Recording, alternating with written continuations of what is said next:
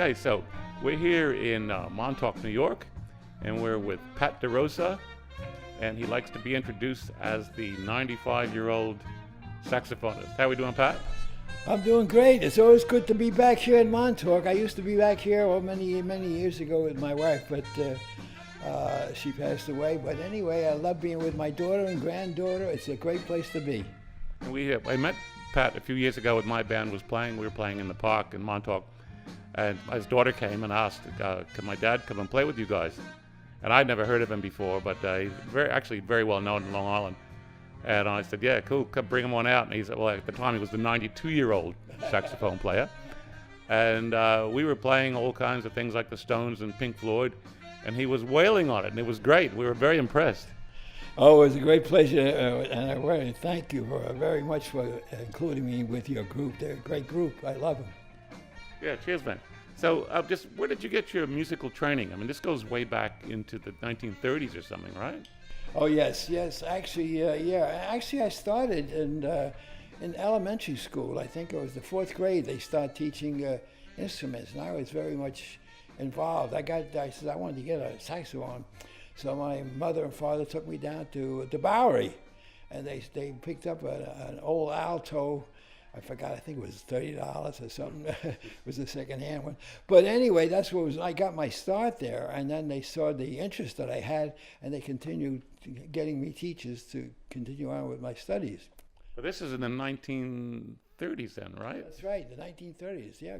This is back in the days of Leo Gorcey and the Little Rascals. That's right, exactly. You got it right, yeah.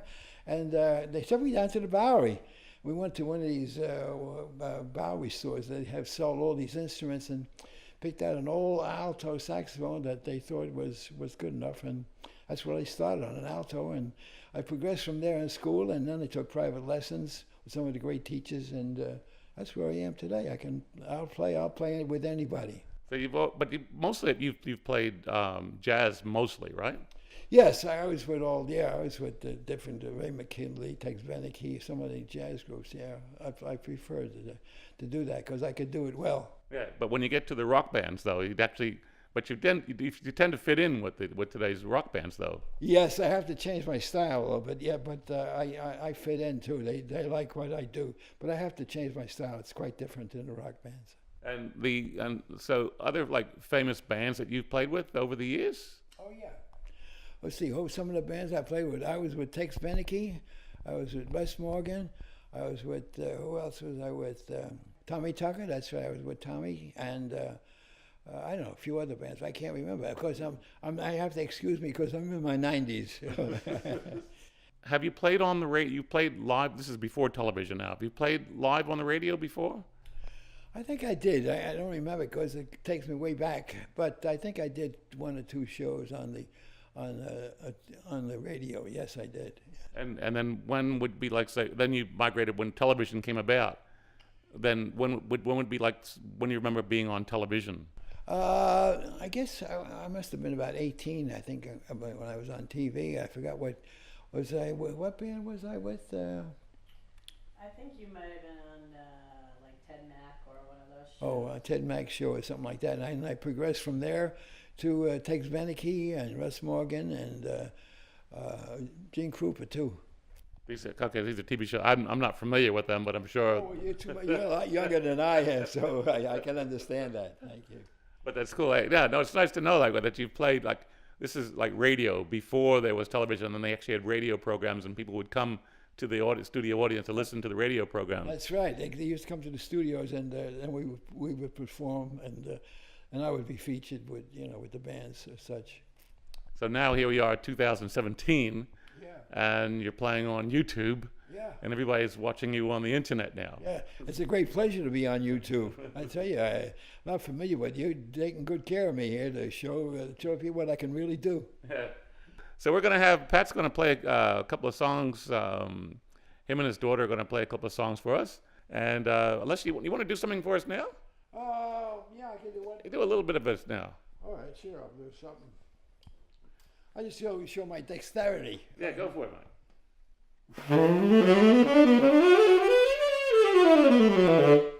How's that? That's perfect. That's perfect. And that was 95. I don't even forget my age here. 95, I think I am. I think blowing the horn is what keeps you going. It sure does. It sure does. And thank you for this interview. I really look forward to seeing it.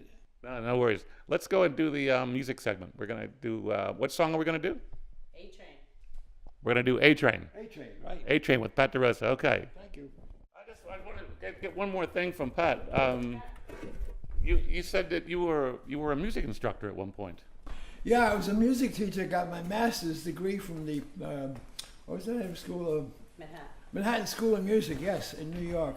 And I was teaching for many years and also playing after school at the many gigs I used to get in New York or Long Island, wherever it was, but I was pretty busy. So I think the teachers were getting annoyed with me because I come in a little sleepy in the mornings. But if you find that when you're doing instruction, though, you actually learn more because you're actually reinforcing what you already know, correct? That is correct. Yes, I am reinforcing what I already know. So it never makes me forget anything. I just keep going. Okay, great. That's Pat Derosa, guys. All right, cheers. All right. Pat and Patricia Derosa on A-Train.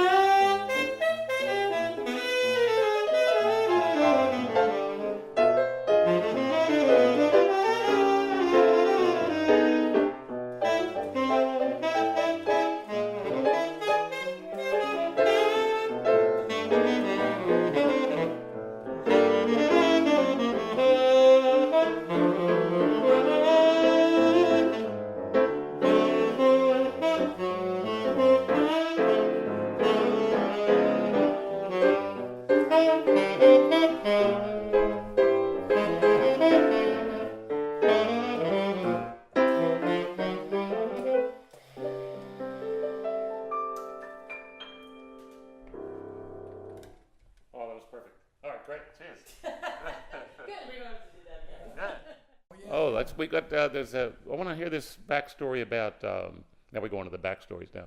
The backstory about John Coltrane.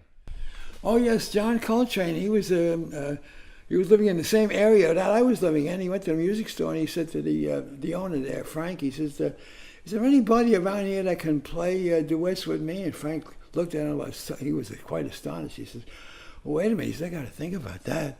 And he says, oh yeah. He says, Pat Derosa. He says he's a music teacher. He graduated from Manhattan School of Music with his master's degree. He says, why don't you contact him? And so actually it was a few days, and John contacted me by phone, and I said, come on over and we'll play duets. And that's the way we got together, John and I.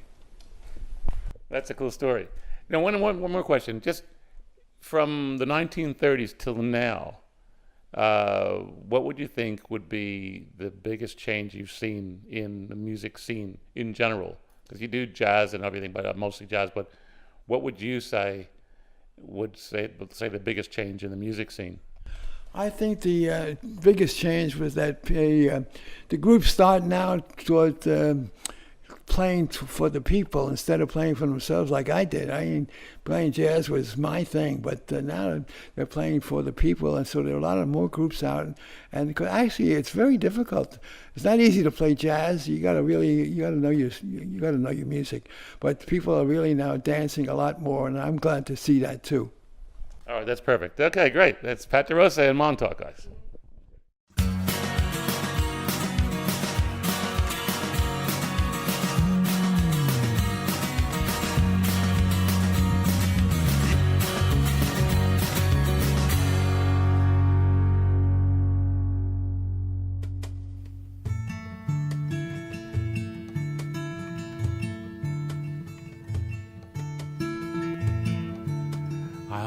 Said you had style. I travel halfway around the world just to see you smile.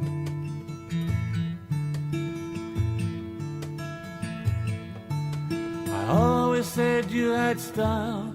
I'll travel halfway around the world just to see you smile. Just to see you smile.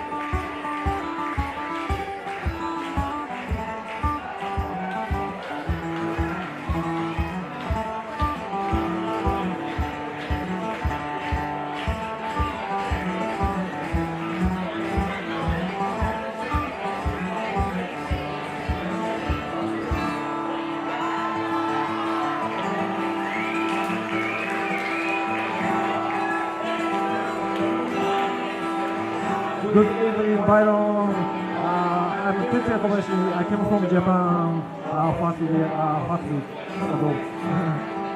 Now I play a couple of my original songs. The first tune is it's called Ocean.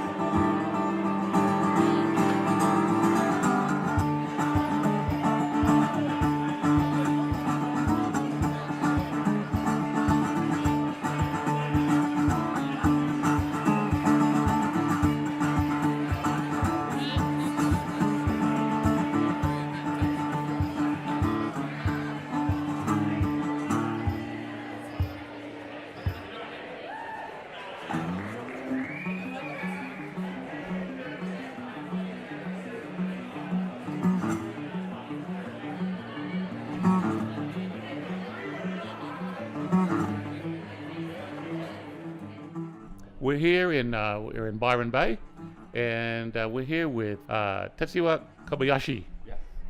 Hi. And this is not your first trip to Australia, right?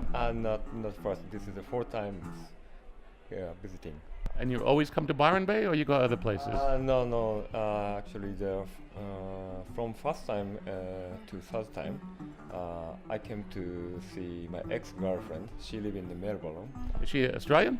No, she's Japanese. Okay. Yeah, and when I came to here third times,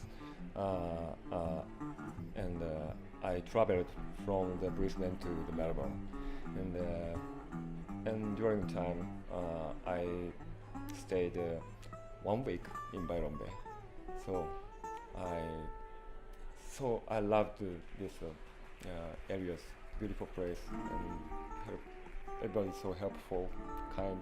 And the magic of the music. Yeah, that's right. Yeah, so many interesting musicians and some mixed cultures. Yeah, so so I came here again. So do you play many shows in Japan, or just on the street, or what do you do? Not so many, and yeah, a small club and cafe and bar. Yeah. Do they pay well? Not so many. Here, I mean, they pay pretty good here.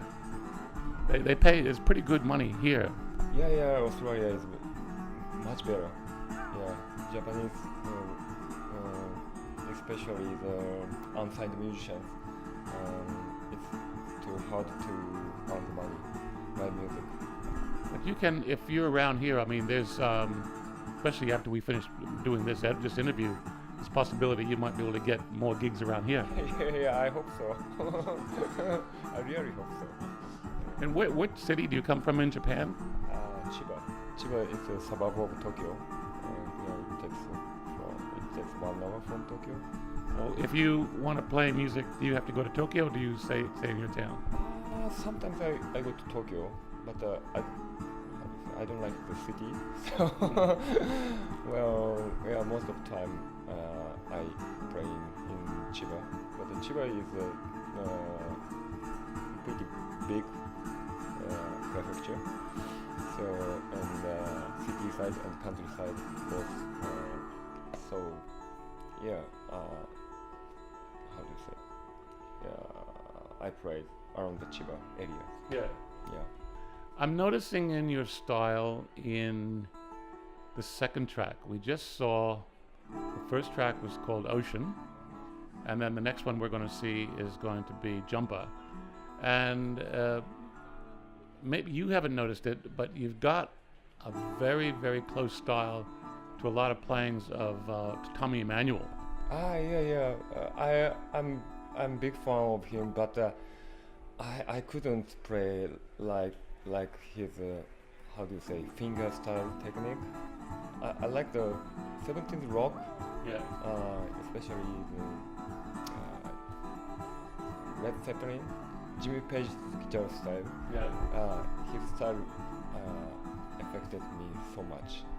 So yeah, Tommy, yeah, I love him, but I never covered his song because so complicated, too complicated. Well, one thing that he does is he does a lot of picking style, but the one thing that he does though is it's so unique.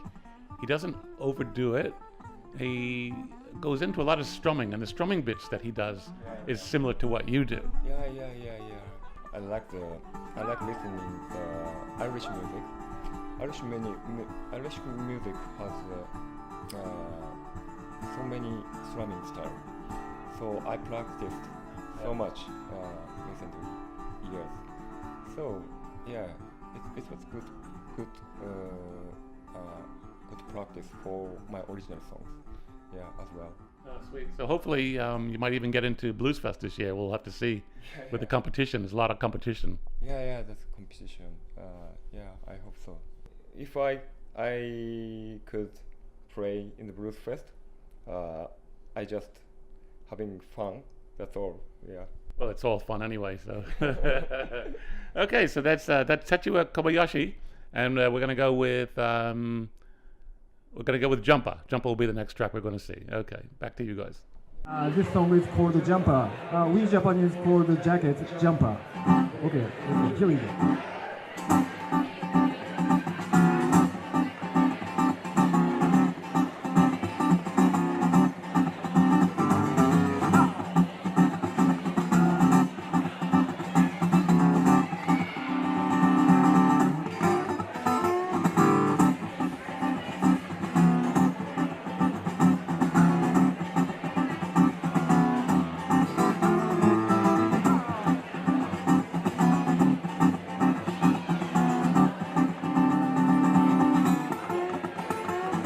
自分はに落ちてたジャンパーまるで根っこが犬の視界に見えたそる恐る近づきほっとする人たちを見て俺は陰で一人北総への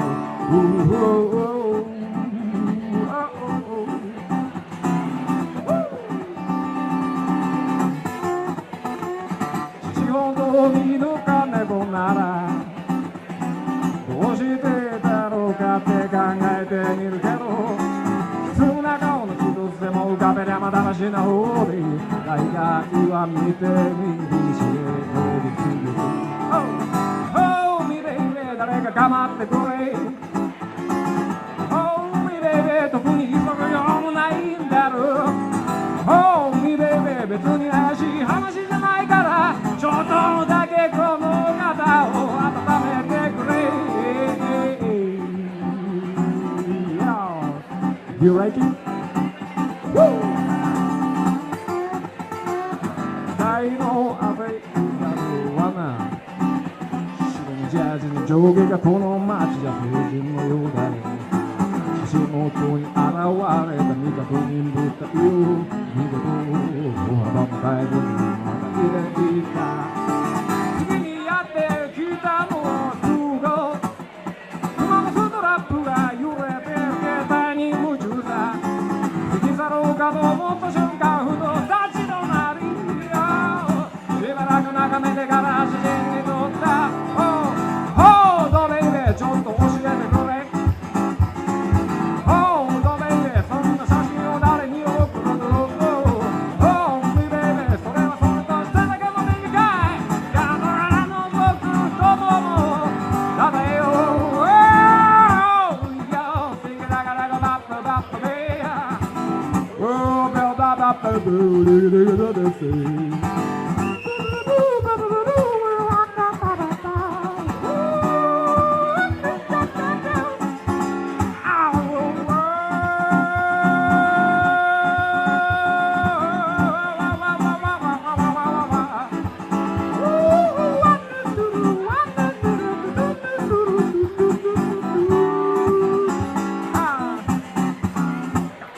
朝の本もりにまみれたジャンパーいたいろんなやつが来ていたの誰にも触れられたの今年の冬のまだまだ寒くならしい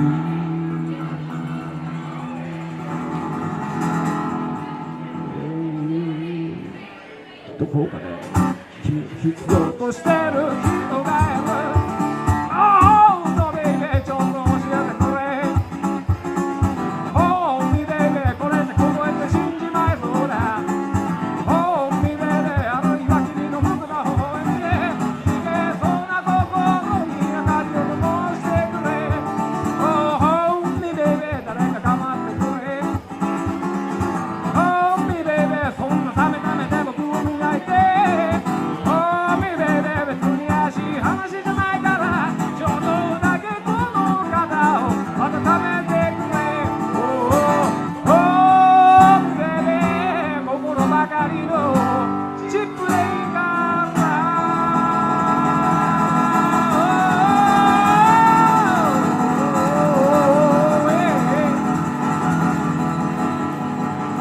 ちょっとだけ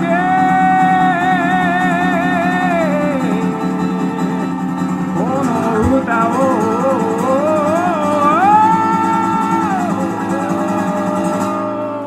聴いてくれ